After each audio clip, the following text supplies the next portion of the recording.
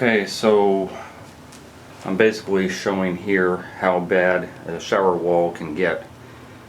This shower is probably about 20 years old, and after about 20 years there's a lot of things that they did wrong. Of course, this is builder's grade tile, and this is a builder's grade type setup, and it's very, very typical of most houses. Very typical, especially from the late 80s into the 90s. For about 20 years this is the way they did things, and I'm going to break it down to you so you'll understand. When I say builder's grade tile, I mean this ceramic stuff. It goes for 10-15 cents each, so they're very cheap. Builders get it at a lower cost than that. They use non-sanded grout, and non-sanded grout is it's not only porous, but it never really hardens the way sanded grout does. Like, I can still etch it out 20 years later in my fingernail, and basically it's just a powdery type substance that is, in my opinion, not good for a shower. They're not going to come in, seal this grout.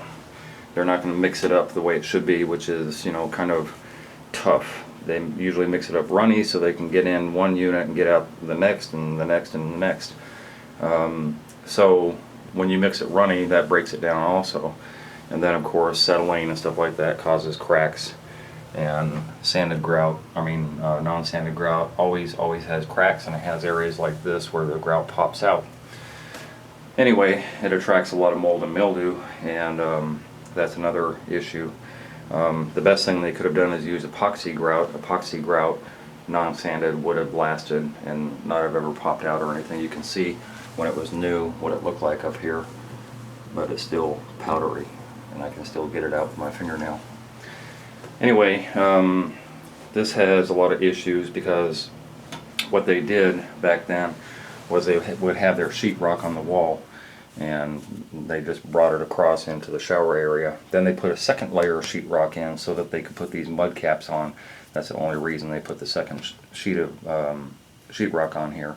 And they didn't even use green board back then, which by itself would have prevented a lot of these issues right here.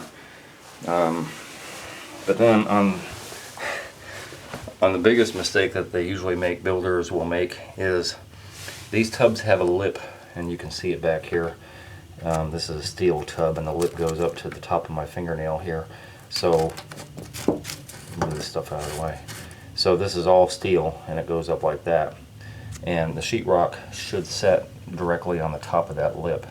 And then the tile overlaps down here, so that you have, this is probably 3/4 of an inch to an inch room, so that the overlap of the tile, now the tile sets down on the tub surface and not the sheetrock. Sheetrock is behind it, but it's way up here.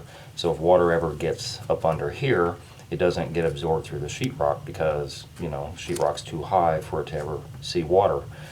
And so this is what happens. This is the type of damage that happens when they do the job wrong.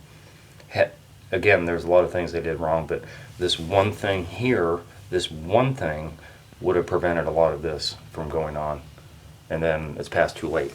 So these tile and the sheetrock comes up literally with my hand. Relatively easy to get this off. In fact, if I just did this with my, look at that, and all I did is hit it a few times. Look at that. So this is don't even need a hammer.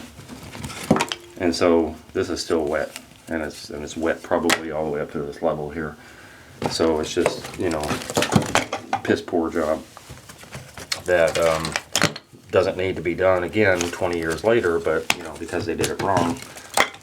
Watch this.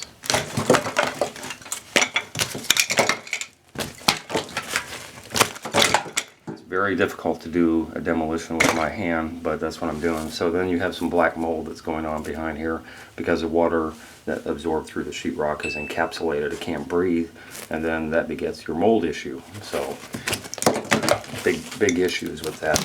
This whole wall, look at this.